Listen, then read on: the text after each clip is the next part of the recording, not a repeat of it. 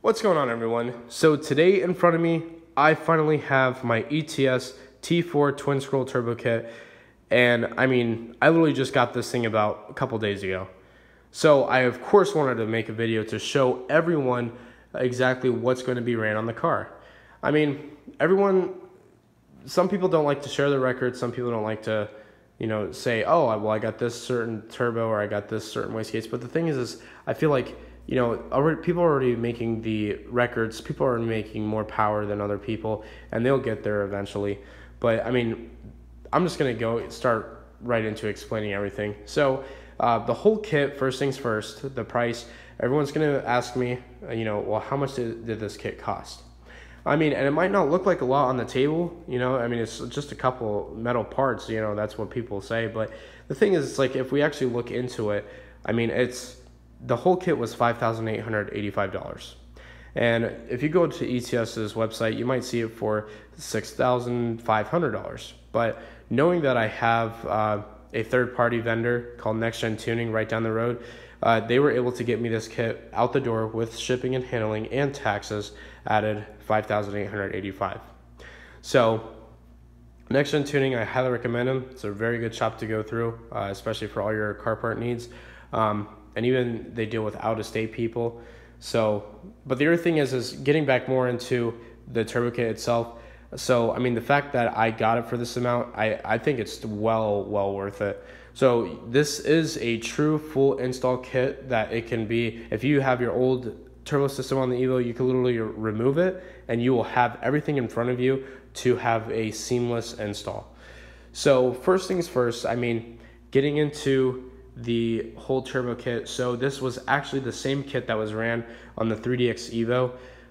That's YouTube famous. So I actually have the same kit, but it's, instead of a 6466 turbo, I have the 6870 turbo. So this turbo is actually capable of about 1100 horsepower. It is a T4 divided twin scroll flange. And on top of that, on the inducer side, it's 68 millimeter, and then on the exducer side, it's 70 millimeter. So, it is a pretty big millimeter for what it is. It has a 1.15 AR housing, so we are definitely going to see some power come out of this. Spool time, we're probably looking at about 47 to 4,800 RPM for spool time. But other than that, it's that's still pretty decent. Not gonna lie. And then moving on to the manifold, so we do have, again, the T4 divided with also two separate sections for wastegates and also two dump tubes, and there are the wastegates. So kind of explaining this little portion here really quick. So the two wastegates, so first the wastegates go on to the flanges, and then finally the dump tubes connect to the wastegates. Now the wastegates, they do come with the kit, and these are included in the price. So add the wastegates in, add the turbo kit. If you can figure out that fraction and take it all out, then you have a difference, and you can see the price of all these other, all the other lines, all the other parts for the turbo kit, which is actually not bad. It comes out to about $2,900, like $3,000. So, but the wastegates, so these are MVS 38 millimeter tile wastegates.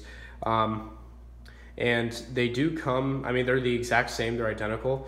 So they do come with different springs. So you have the white spring, you have a dark blue spring, then you have a green spring in the middle. And basically those springs, that's like perfect for about maybe 40 PSI, maybe more, maybe actually a lot more than 40 PSI. But the thing is there's a way to plumb them, especially with your boost controller and the high boost source. And I'll figure that out later. I'll probably do a separate video, but I am planning to run 16-pound springs in them, in the wastegates. So it's the blue one, and then on top of that, it's a yellow one. So I'm waiting on the yellow one. I did order them, but other than that, finally, we're getting somewhere with this turbo kit. And moving along, so we do have a 3-inch downpipe. The 3-inch downpipe does have the flange on the end for the air-fuel ratio gauge, or air-fuel ratio. And the thing is that with this, you can have them ceramic coated, so it could withstand heat and all this other stuff. But I decided to do lava wrap, so I'm waiting on the lava wrap to come, and I'll just wrap up the downpipe, wrap up the runners, and then on top of that, I might ceramic coat the exhaust side of the turbo housing. I just don't know yet. The upper intercooler piping is 2.5 inch. On top of that, you do have, which is, I mean, this is super crazy, but you have a 4-inch intake. And I mean, that is a very big intake for what this for this car. And then on top of that, if you're planning to run the stock MAF housing, the 3.5 inch adapter is a little bit extra in the kit. But the thing is that since I am going to run the MAF housing, I mean, some people run it off speed density, but yeah, I'm definitely going to run it with the MAF housing. So you do definitely need that 3.5 inch adapter.